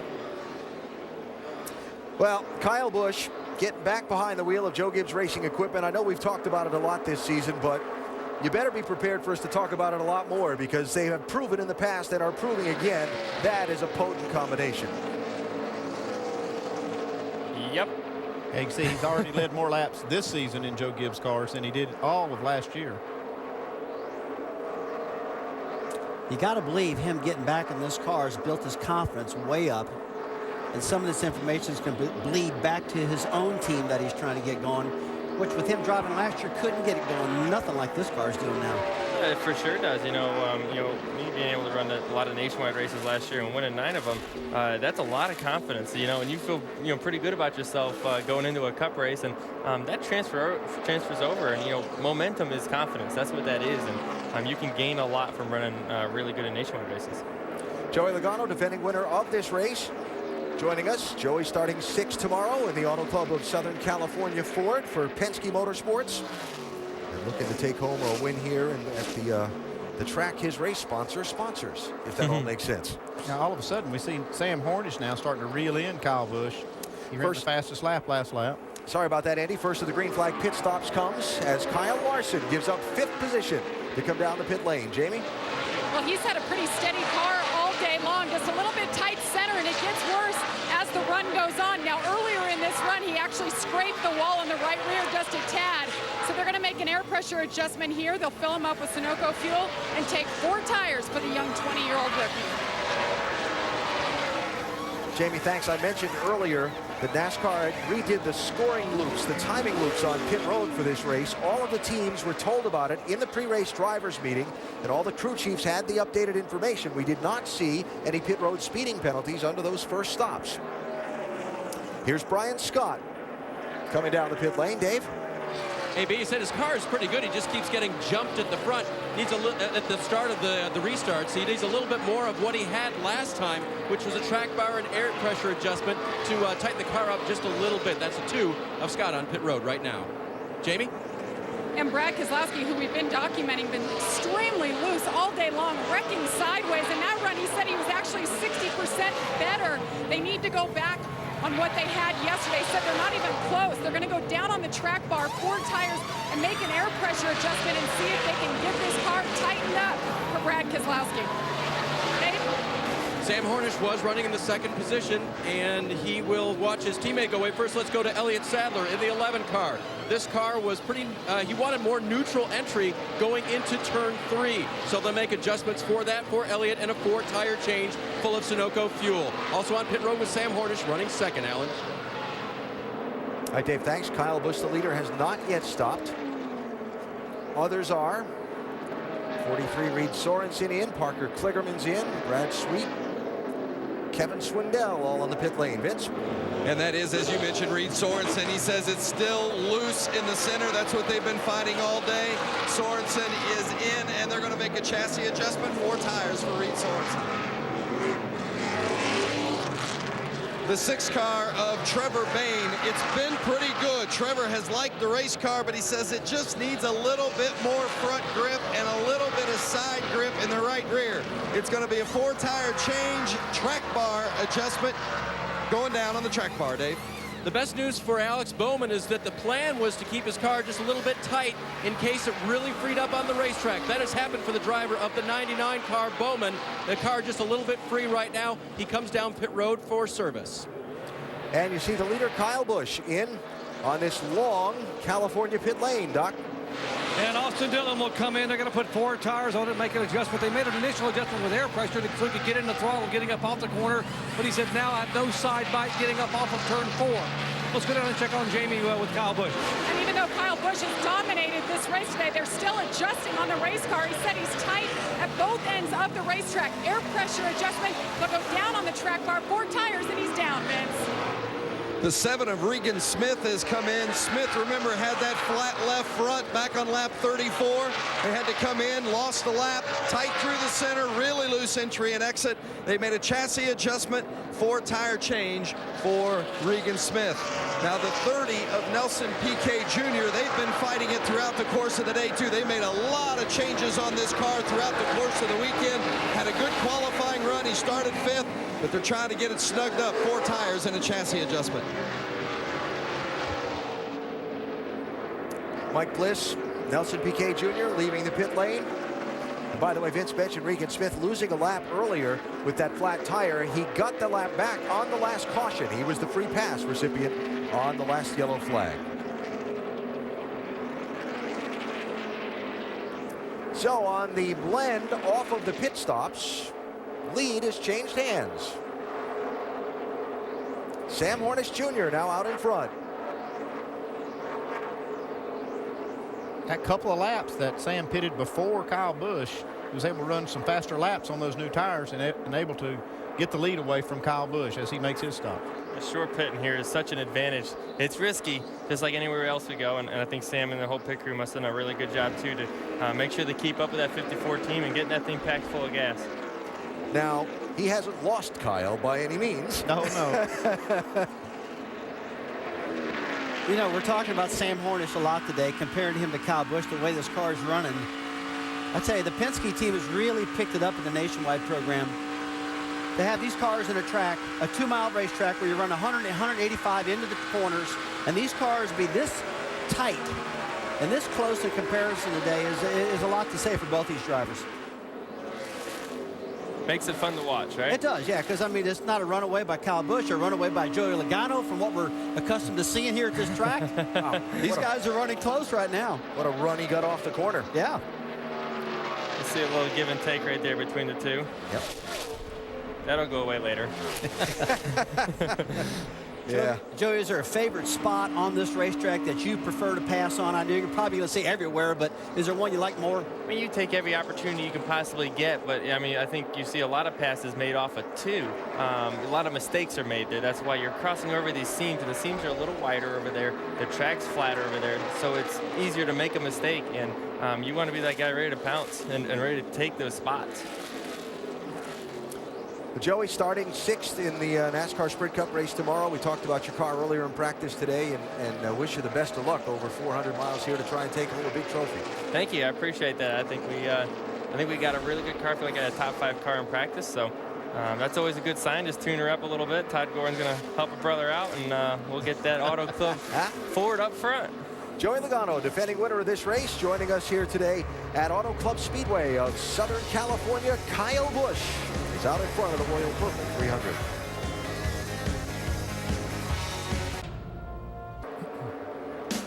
Don't miss ESPN's NBA action Monday night as LeBron James and the Heat look to continue their historic winning streak as they take on Jameer Nelson and the Magic. NBA Special Edition presented by State Farm. Heat vs. Magic Monday at 7 on ESPN, subject to blackout, and also live on the Watch ESPN app. Out here at Auto Club Speedway of Southern California, it is Kyle Busch out front. He's been out front for 61 laps, perhaps no surprise, considering that is a Joe Gibbs racing car. That team has won here 8 straight. Now, earlier, when we came on the air, we talked about the chicken and the egg. Does Kyle Busch make Joe Gibbs Racing better? Does Joe Gibbs Racing make Kyle Busch better? We present this as Exhibit A. A few issues within the Joe Gibbs Racing camp today, starting as we take a look at the Ram race rundown, starting with Elliott Sadler. Very early on had an ignition box issue.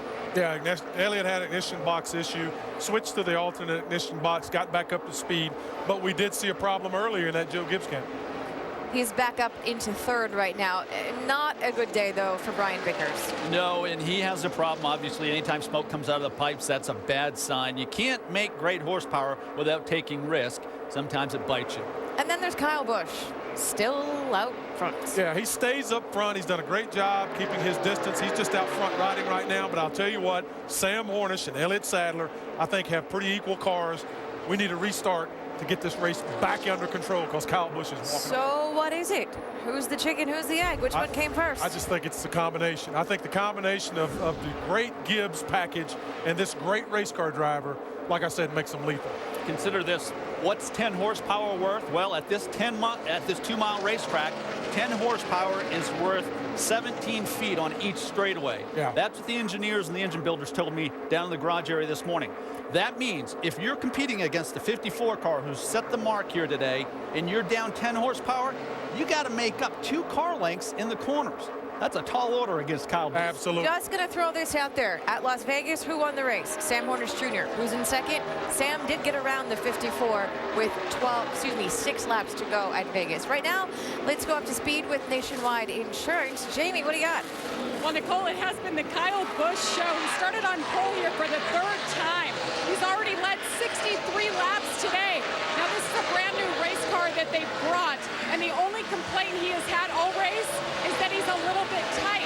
Now, remember, Kyle Busch is going for a record 6th win at this racetrack in the Nationwide Series. Meanwhile, his teammate in the 20, Brian Vickers, he is officially out. First DNF, came in top 5 in the points. Tough day for Vickers. We have a caution on the track. Alan? Debris on the racetrack is being reported. A couple of cars have just slowed, including Mike Harmon, who went down onto the pit lane with some smoke trailing from his car. And so we see the yellow flag for the 3rd time in this race. If you're a driver like Sam Hornish or Elliott Sadler and you've just been to pit road and had some adjustments on your car and you see that 54 getting away from you a little bit, this caution's probably a pretty welcome sign of a chance to regroup a little bit. It makes you think about coming back down and getting some more adjustments if you're still getting outrun by the 54 car. Now, Sam he's proved he's got equal horsepower, maybe if not better. And he's proved he can run with the 54 car of Kyle Busch, but if he's getting pulled away from now, it's about the time in the race to get it fixed. 43 car right behind the leader. Reed Sorensen going to get the free pass under this caution. He'll come back onto the lead lap. That'll be the 18th place car. And so, again, this puts the crew chiefs and the teams in that interesting position where the speed of fresh tires is worth something, but you have a limited number of sets of tires you can change within the race. Yeah, they got a couple of sets left, and I like a 4-tire change right here, even though they've only been 15 laps since they made that green flag stop. And it's like Rusty said, most of these cars need adjustments, and this is the best time to do it. I like 4 tires and get that car right here. Let's see how many of the crew chiefs agree with you. Take a second for him to get over here for us to find out, though. Pit road going to be open this time. Kyle Busch back out in front once again here at this racetrack. His record here is incredible. He's only lost a Nationwide Series race here once while driving a Joe Gibbs Racing entry. That was in 2009 when he was sick. Started the race, got out of the car for a relief driver. And then Denny Hamlin got swept into a crash in the late going, one of those frantic front stretch restarts we may see later on today. Okay, here they come down pit road. We'll see if they change 2 or 4 tires and what they make for adjustments. They all agreed with you, by the way. Doc? Well, Austin Dillon was 0.2 of a second faster than the leader last time out. After this last change, they're going to change and make a track bar adjustment, right side tires, and get it topped off with Sunoco fuel. They're about 11 laps shy on fuel. Dave. The 12 car of Sam Hornish Jr. is going to get a wedge adjustment and 4 tires. They're going to take a wedge adjustment back out of the car they had put in before. As for Elliott Sadler, 4 tires and a wedge adjustment for him on the left side. He lost a lot of front grip on that run. Jamie? Kyle Busch's car is good, needs a tear off. 4 fresh tires that'll leave 1 set of sticker tires on the ground for your leader, Kyle Busch.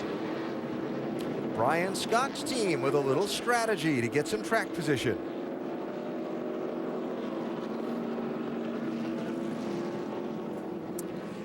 And the first off the pit lane, the 32 of Kyle Larson had a little bit of trouble on his pit stop.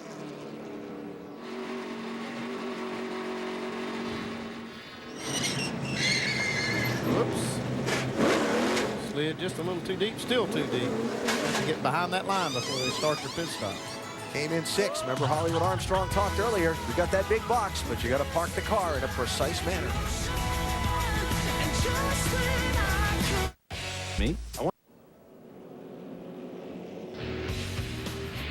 The bumps, the seams, and the speed of racing at Auto Club Speedway of Southern California. Suspensions, the drivers' heads in these cars getting a big workout at 180 plus miles an hour down the backstretch. But it does look cool, doesn't it? It does. Got some character to it. So we are doubled up now for a restart. Less than a lap from the start, and the new leader is Brian Scott in that 2, and Andy, fuel only. Yeah, I got to question that. You know, he's going to really give up a lot of speed on tires, but he will have an extra set at the end of this thing, and if he can stay somewhere in contention, and they have a late caution when they have about 20 laps on the tires, he'll have a set and everybody else won't. And meanwhile, Kyle Busch now finds himself in 2nd, but with fresher tires than the leader, and facing a dilemma many on the pit lane are. Where everybody's 8 to 10 short here, so just save me all the gas you can. If we get a caution in the window, I'm sure we'll be pitting again. Everybody is 10 short, is what you said? 8 to 10 short, yes, sir. Yeah, so you know they're going to make one more pit stop, but he still wants him to save as much fuel as possible. That was a solid answer to him. It wasn't, I think they're about 8 or 10. It was no 8 to 10. That gives the driver a lot of confidence, know that he's not kind of on the fence. Yeah, on the fence on it. Looking at the restart order and who's lined up where.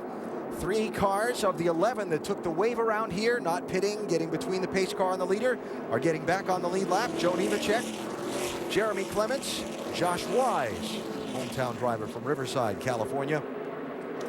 We'll see how far back Brian Scott might drop on the older tires here. He was 6th when he came down pit road before.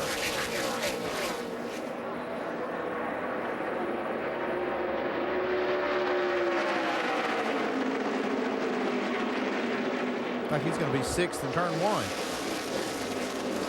I tell you what, When a driver knows the driver in front of them is on no tires, they just like to eat them up right off the back and spit them out. They don't want anybody in front of them in old tires because they know they'll slow them up. Look at this. Hornish 12, Kyle 54, Austin Dillon in the 3. All over that apron, right on the bottom of the racetrack. Hornish is just chewing it up and still trying to clear that 54 off the turn 4 here. Kyle Busch and him side by side, start finish line. Kyle Busch that lap, Hornish that lap by a fender.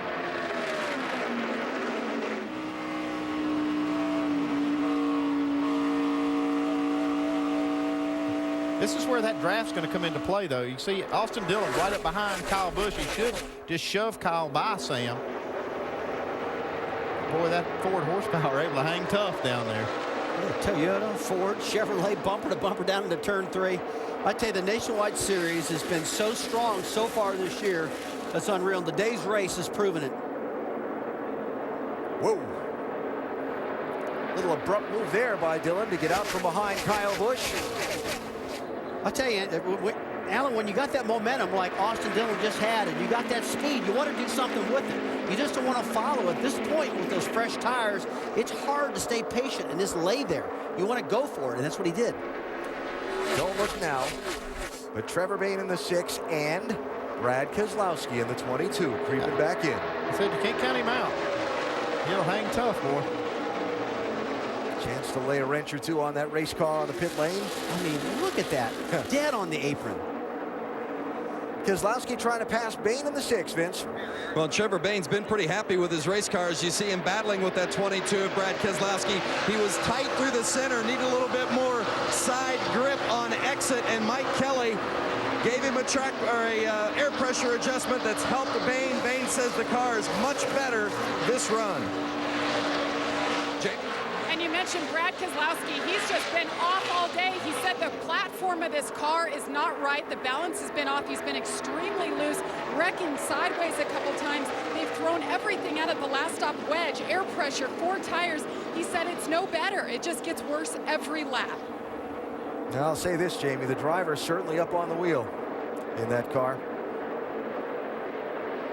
He's driving them hard. I've seen these Nationwide cars where the drivers start the race and say they're a little bit loose. They make an adjustment. They say it didn't do anything. They make another adjustment. It takes massive adjustments when you get that far off to make an effect on these cars. That front splitter is so effective. It creates so much downforce. The back of that car is up in the air dangling around. It's hard to tighten them up. We used to have a lot of tools to be able to adjust the cars back before they came up with these very ingenious setups where they're using these springs to get different attitudes and, like you say, side forces. Now they're limited because those things are set. We talk about the platform. They have to do that with the springs. They can't adjust on those springs now to change the balance. They have to go to other things like track bar, air pressure. And so you're kind of limited on the things that you really can do to change the balance.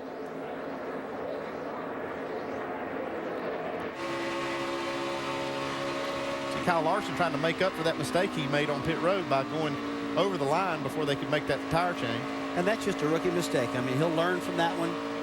He hasn't raced in this series enough to know what he can do and what he can't do. And I will tell you, it's 55 miles an hour coming down this pit road, and you're going faster than you are at Bristol, places like that. So your depth perception gets off, and I can understand how he slid through his pit box being a rookie. Yeah, it's tough to run 55 miles an hour down that pit road. It is. You know, Sammy Hagar is from Fontana. Is he really? And even he can't run 55. You were working all day to try and get that in, weren't you? That's our stats guy. You know, he's from Cabo San Lucas, Mexico, too. That's where I'm going next week. Oh, okay, cool. Yeah, I'll see if I say hello to him. So this race here with Bayne, Sadler, and Keselowski going on this far behind Sam Hornish Jr., who has gotten away from Kyle Busch this time. And now here comes Austin Dillon for second.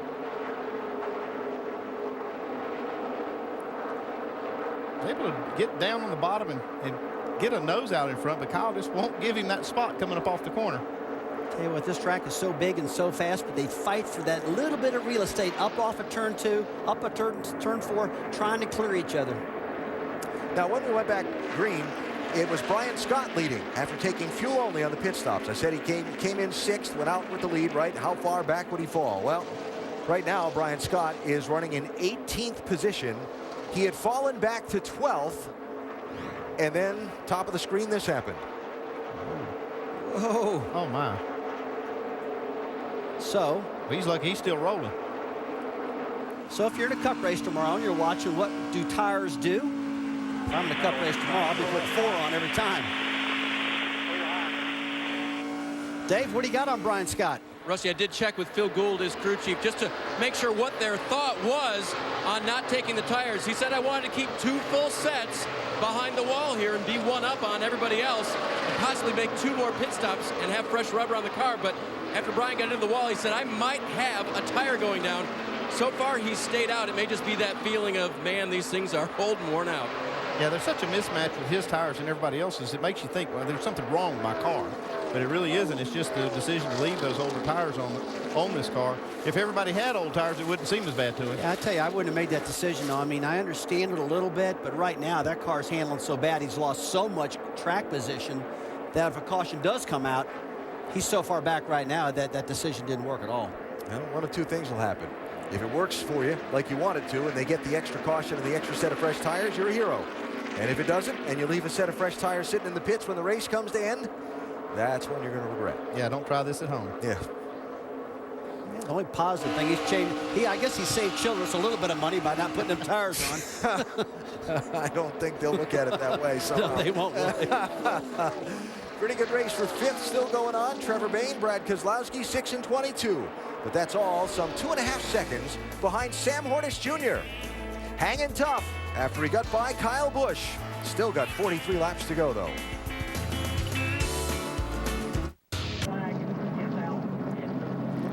Under caution, Jason White went for a spin off of turn number 4. Show it to you in a minute. First, the pit road is open for the lead lap cars.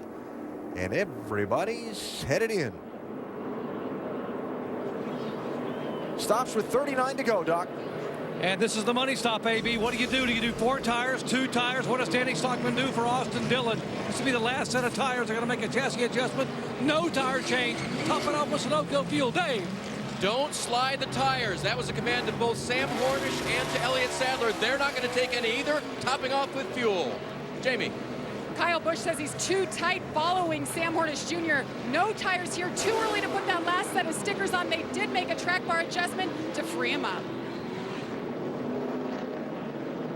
Looks like most everybody with fuel only except for Brian Scott. You see the orange car top right of your screen there taking 4 tires on. Okay, so now he'll turn the tables on the guys with tires. He'll have fresh ones. And now the reason for the caution. We showed you the aftermath with Jason White's 00 car all torn up. It happened off turn 4. Yeah, we talked about real estate a while ago, how you just need that extra couple of feet coming off the corner. Jason White didn't quite have it here. Just inside Mike Harmon.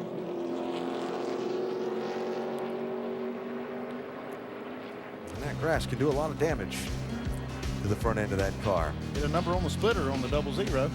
Everybody pitted except 1 car.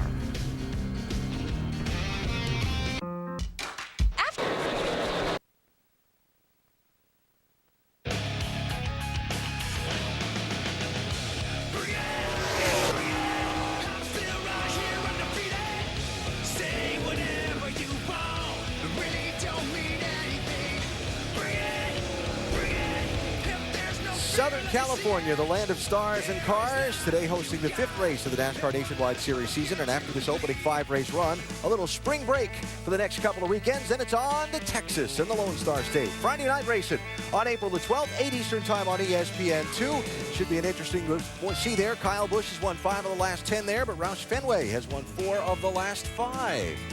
Interesting to see who comes out on top in the Lone Star State in a couple of weeks. And our aerial coverage today provided by Goodyear. Everything they learn making tires that face the grueling demands of NASCAR inspires what rolls into yours. Goodyear, the official tire of NASCAR. So while the cleanup continues, our ESPN in-race reporter today, Kyle Busch, who has dominated the laps led category, finds himself 3rd for this restart. Hey, Cal, Rusty Wallace up in the booth. You got us? Yeah, right here. Well, I tell you what, that car's looked strong all day long. That 12 car of Sam Hornish has been your biggest competition, it seems like. But right before that last caution, looks like you're running them up, just catching them just a little bit. How's that car been for you all day? Car's been pretty close. You know, just trying to fine tune on it right now. We're really not fighting much balance. It's just speed. That 12 car's definitely got some speed. So I'm just gonna have to get up on the wheel here and get all we can get and see if we can't beat them. All right, buddy. Thanks for talking to us. Have a great race. Kyle Busch and the others getting the double up signal and the one to go as we go back racing. Now the leader, outside lane, Brad Keselowski in that 22 did not pit under this caution. Jamie? Well, it's been an exciting and eventful day for you, Jeremy Bullins. What was your thinking process there to keep your driver out? Our thinking was just that if we get another caution here, which we hope we do, that everybody will come back anyways.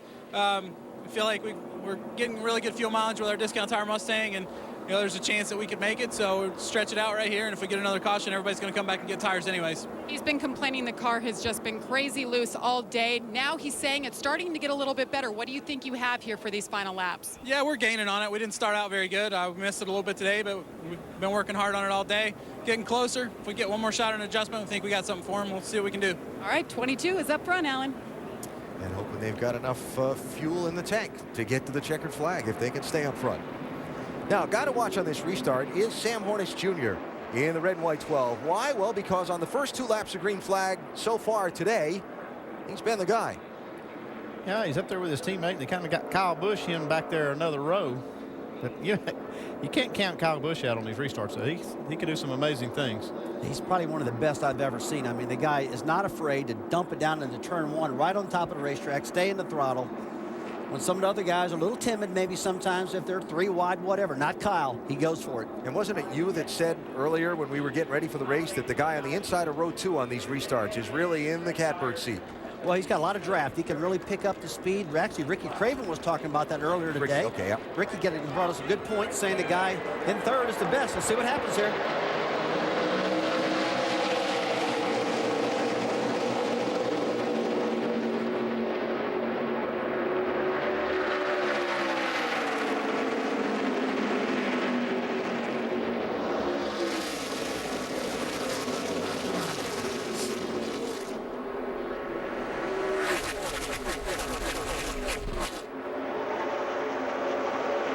Kyle Busch pushed Hornish clear of Keselowski into 1, but couldn't hook it up down low to get clear of Keselowski himself yet. Yeah, check out Larson going all the way to the top. We saw Larson last week at Bristol running that top lane. He's not afraid to run right dead on against the wall. Does that in sprint cars and midget cars he races and other style of racing. Kid's fearless.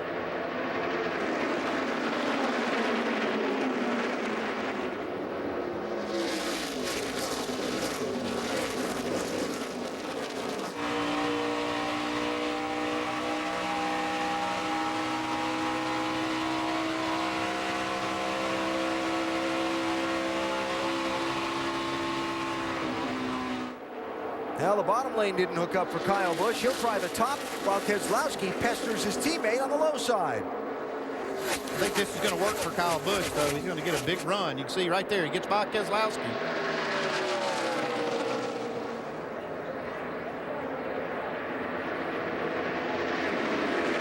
Hey, the verdict's really out whether Keselowski's car has been fixed or not. That thing was so far off early in the race. I know he stayed out. He's up to third right now, but that thing can stay right there. It proves to me he's got a good enough car off this last pit stop, get some tires and go for it. Speaking of tires, orange car, number 2, Brian Scott. Remember, falling all the way back by not changing tires under the previous caution when everybody else did. This time he changed tires when nobody else did. He restarted 17th. He's up to 8th and rolling. Yeah, this is what he needed. He needed the caution to kind of fall like this so he could use that extra set of tires.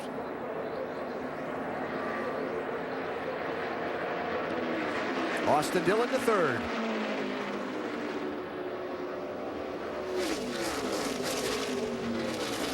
It's just crazy, all the different lines you see all of these drivers running. Hey, Andy, that's exactly what I was thinking. I mean, you see him go down into turn 3 wide, right on the bottom, and you can never do it at this style racetrack before, but this thing has got old. It's got bumping, and it's got a lot of character right now. And these drivers like this rough racetrack. Look at this, 3 wide. Regan Smith in the 7. Remember, had a flat tire earlier in the race. Look at Brian Scott go to the bottom, trying to pick up some speed down there and get past these guys. Hey, Brian Scott's going to really do something with these new tires. Somebody else I want to mention that's creeping into this picture at the back of this group right there, white and black number 5, Brad Sweet, all of a sudden rolling up into the top 10.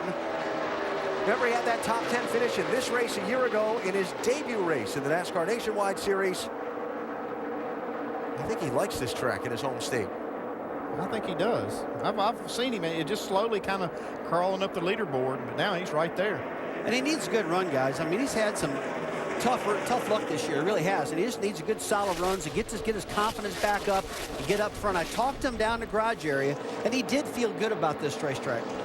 By the way, he did take tires on that last stop in that 5 car. That's a Mr. Feel-Good when you have those babies on. That just all of a sudden makes our bad handling car feel better for at least a little bit.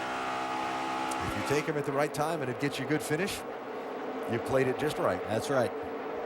32, Larson, 7, Smith, 77, Kligerman.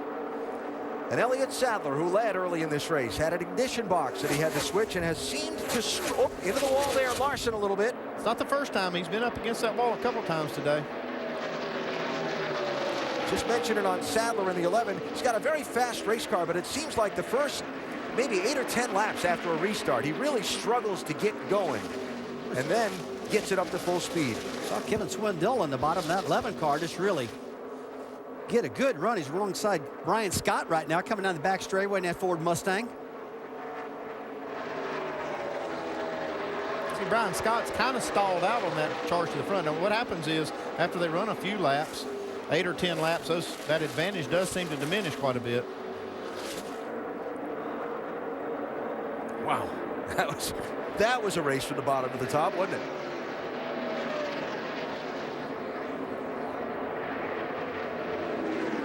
You know, if you're supposed to have fun in a race car, I would say these drivers were having fun today because I've seen them make some passes, make some real aggressive moves. Whoa, spin off of Trouble, off of True. Sweet. Gonna get away with it. No caution yet. No caution. We're gonna need to come get tires, guys. Come on. They're coming by on the track. See Kyle really working that top lane, and he's found something up there, a little bit of speed. NASCAR checking the track, saying it's clear. We stay under green. 26 to go for the leaders. Brad Sweet was running in 8th when this happened. Oh, he gets tagged by Brian Scott, gets him in the left rear quarter panel. Does a good job holding on to it. For a little bit there, I thought we jinxed him because he was running so good. We talked about it. It's always how it works.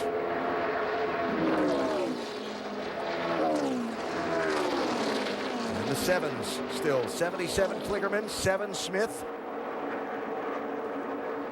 It'd be fun if they were racing for 7th spot, but that's for 5th. So a lot of great racing in the pack, and up front, Kyle Busch has closed on Sam Hornish all over the back bumper of that 12. He's going to look low off of 2. And this is almost identical to what happened last time before the caution come out. Kyle Busch caught Sam Hornish, got close to him, and the caution flew. See what happens this time. I think Sam's going to have to be committed to that top lane if he's going to have any chance of holding Kyle Busch off. If he lets Kyle get up beside him on the outside, he's toast. Kyle was running down and caught him on the top of the racetrack. So if you can get up there, like you said, Andy, and take his groove away from him, that's what he needs to do. Right there. Got a run here. Got a big run. I just think that Sam's best option would have been to just stay married to the top side of the racetrack. Yeah, I agree with you. That was fascinating to watch him find a place to hook that up and get that run. 25 to go. Kyle Busch back in the lead.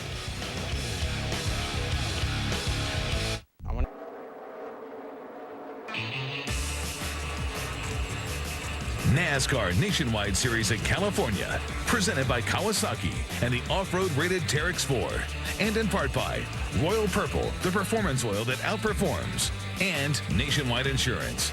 Nationwide is on your side. What a spectacular Southern California afternoon for the NASCAR Nationwide Series to run 300 miles. Our telecast presented by Kawasaki, and Kyle Busch has taken the lead from Sam Hornish Jr. after getting that big run off of turn number 4. He's now used it to get away from Sam just a little bit. Kyle has led the most laps today. This race has featured a late twist in the last several years that's shown the guy who's dominated a lot of the day not necessarily taking home the trophy.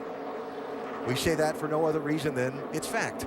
Yeah, and if they do have a caution here in these last 20 laps, there is an extra set of tires. Most of these teams have saved a set of tires for a last little run, and that would really change things up.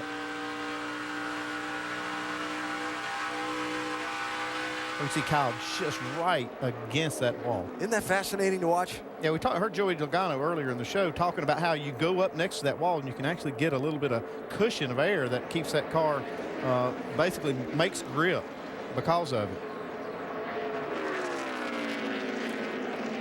There was a big shuffle on that last set of pit stops with guys that didn't take tires, guys that did. Some of the guys that got tires are roaring up through this top 10, including Parker Kligerman, who's now up to the number 3 spot, Vince. Hey, and remember before the race when Rusty was talking with Kyle Busch, the in-race reporter, and Kyle said the biggest challenge for driving for one team and owning another is he's got 2 cars to worry about. Not much to worry about right now. Kyle's leading, and the car he owns, this one, the 77 of Parker Kligerman, is running 3rd. The one thing they have fought today, trying to get drive off. It's been a little tight through the center, and he hasn't had the drive off he's wanted, but crew chief Eric Phillips, up from the Truck Series, has made some good adjustments on this car, and it has come alive at the right time. The 77 of Kligerman, the best run of the season so far. Yeah, Vincent, I guess the only thing for them to worry about is if we get another caution. The guys that have tires left, like you were talking before, Andy, and guys that now won't. Yeah, it's a good gamble. It is a big gamble, though, for Parker Kligerman, because if that caution comes out now or in the next 8 to 10 laps, he is toast. Point, counterpoint on guys that have tires and guys that don't, right? Brad Keselowski didn't pit under the last caution. By the way, if he has fuel to get to the finish, if the race stays green, that's great. But also, they've got a set of fresh tires waiting for him if the yellow comes out. And Brian Scott should not. No, Brian. No, he would, because he didn't change tires before. Sorry. Yeah, he made that gamble earlier when he didn't take tires and almost paid the price, but the caution fell perfect for him. Boy, look at Brad really, really chasing that car. He drove that car harder today, and I've seen him drive in a long time. That car's been so loose throughout the day. He just keeps making adjustments throughout the day, but he needs another one, just like his crew chief said, to really be in the hunt. They're getting close now. They know what to do to tighten this thing up. I think Elliott Sadler's team has lost the handle a little bit during the race. They had a really strong car, led the first part of the race, and then had that ignition problem. But then he was still pretty good. But as this race has worn on and the track's changed, they've lost a little bit of handle here. And maybe his cause not helped by this. Oh, that's not good. That's a big hit. Like he ran up on Brian Scott, maybe lost the front end there, Dave, and now he's got some damage on the right side. He did, Alan, and he was driving it hard because at the beginning of this last run, he radioed in the car is so bad on restart, so bad, he emphasized. But he was trying to hustle it, and that's what happened to him when he got that air off of the back of the 2 car. The damage doesn't appear to be sending him down pit road, though, because he hit it so flush. So he's going to try to hang on there till the end. Remember, they're trying to come back and pick up points as they can after last week's disappointment. Then you can see there that right rear fender kind of pushed in a little bit over the top of that tire. And for Elliott Sadler, trying to get it to the finish at this point. 7 Regan Smith, 3 Austin Dillon, 4th and 5th here. Dillon's had a good run throughout the day. Been solid up there. Challenged for the lead many times today on restarts. And I would say that's a great run for him today. I know he's probably looking for more, but the car's been solid. Hasn't been pushing the front end too bad. Hasn't been loose. Hasn't been all over. They've gave him good pit stops. And he's got a good solid run going because of it. Yeah, just sitting here looking at some of the history of recent races here, and all the crew chiefs do go back over their caution data and their caution histories. There is a history of a late caution in this race for most of the last 7 years. All but one, there's been a fairly short run to the checkered flag. Now, there are always those exceptions, but for the most part, there's been a late caution. That would be bad news for Parker Kligerman, but You can see that advantage that he had on tires is starting to kind of go away on him. Austin Dillon's able to maintain, actually close up a little bit. And if the caution comes out, he does not have another set of tires. This could really hurt him.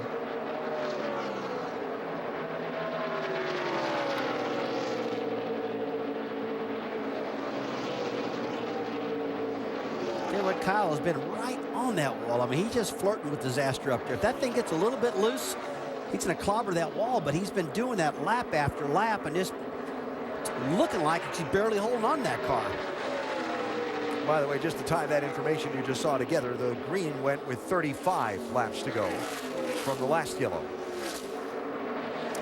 Kyle has just left Sam Hornish Jr. You know, we talked about confidence in a driver when Joey Logano was up here, and what this has got to be doing for Kyle Busch to get back in this Nationwide car and be dominant, bleed over, what it does mentally for you to bleed over into Sunday's big race. Gives you a lot of extra step in you, makes you feel good. I don't care what you're winning in, as long as you're winning, it does something. I agree with you, and I think last year it worked the opposite for Kyle Busch. He didn't have much success in the Nationwide Series, trying to run his own equipment, and I think it carried over into the Sprint Cup Series. Didn't make the chase, and finally back on track now, though.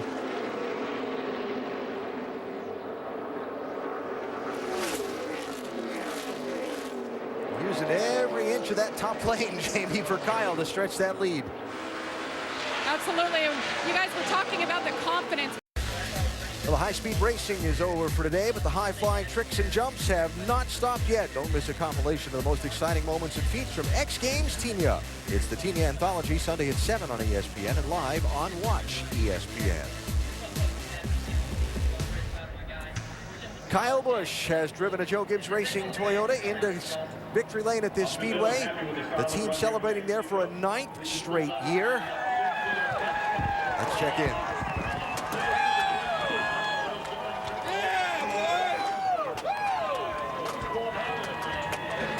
And that is 6 wins for Kyle Busch here. Kyle, in the 6 wins you've had, the car has changed, the setups, the crew chiefs. How do you maintain your dominance at this racetrack? I don't know, just you work hard and you give it all you can, you know. I mean, there's been days on the Cup side where we could lead all the laps and, you know, we mess up either on adjustments or I just can't get enough out of the car that I need, you know. But here today, man, this is awesome. It's the home for Monster Energy. So we appreciate their support. Mark and Rodney's here and the wives and everything. So great home game for us. Also TRD right down the road. Of course, we appreciate Toyota support and Nationwide Insurance. What can I say? It's fun to come out here, race with these guys. Sam, man, he's put on a whole new game this year. You know, these guys better watch out for going after the championship. He's done a great job, and I was comfortable today in my Butler seat. And just want to say again, thanks to Mark Cronquist, all the guys at JGR Engines. Kyle, right before that last stop, you said, I need to be freed up to get around Sam Hornish. How key was that for you guys? You didn't take tires, but they took that little bit of extra time. Yeah, they made a good adjustment there. You know, I thought, oh, man, at first I was a little too loose when I got up to the top, but I kept working at it, and then sure enough, you know, we persevered up there, and the car was great, though. You know, it was working really good on the high side, and I could get a run down the straightaways on Sam, and once I got to him and got by him, I kind of stuck with the top for a few laps. And then the bottom seemed to go a little bit faster there through 3 and 4. So you just got to move around. You just got to be able to not get stuck to one game and play around with it a little bit. And I think that's what makes good drivers good. That's what you see the best of these guys doing on Sundays.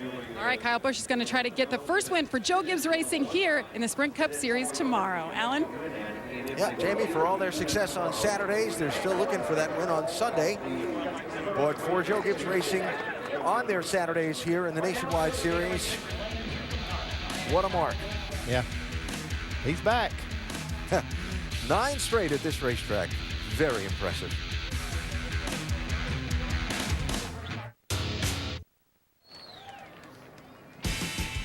So the opening 5 race stretch for the NASCAR Nationwide Series is over, and through that stretch, Sam Hornish Jr.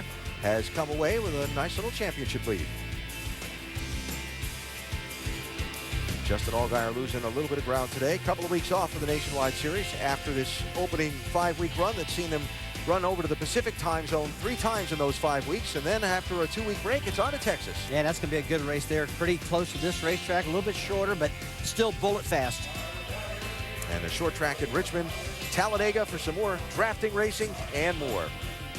So here today, Kyle Busch, Sam Hornish Jr. put on a pretty good show for the race. They put on a great show, and it was kind of similar to what we saw in Las Vegas. But Kyle Busch, boy, is he back in this series now. And he took a year off from victory lane, but he's back now.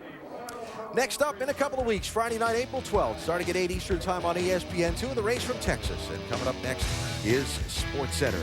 Kyle Busch and Joe Gibbs Racing. Another win in Southern California for Coach Gibbs, a 9th straight here in the Nationwide Series.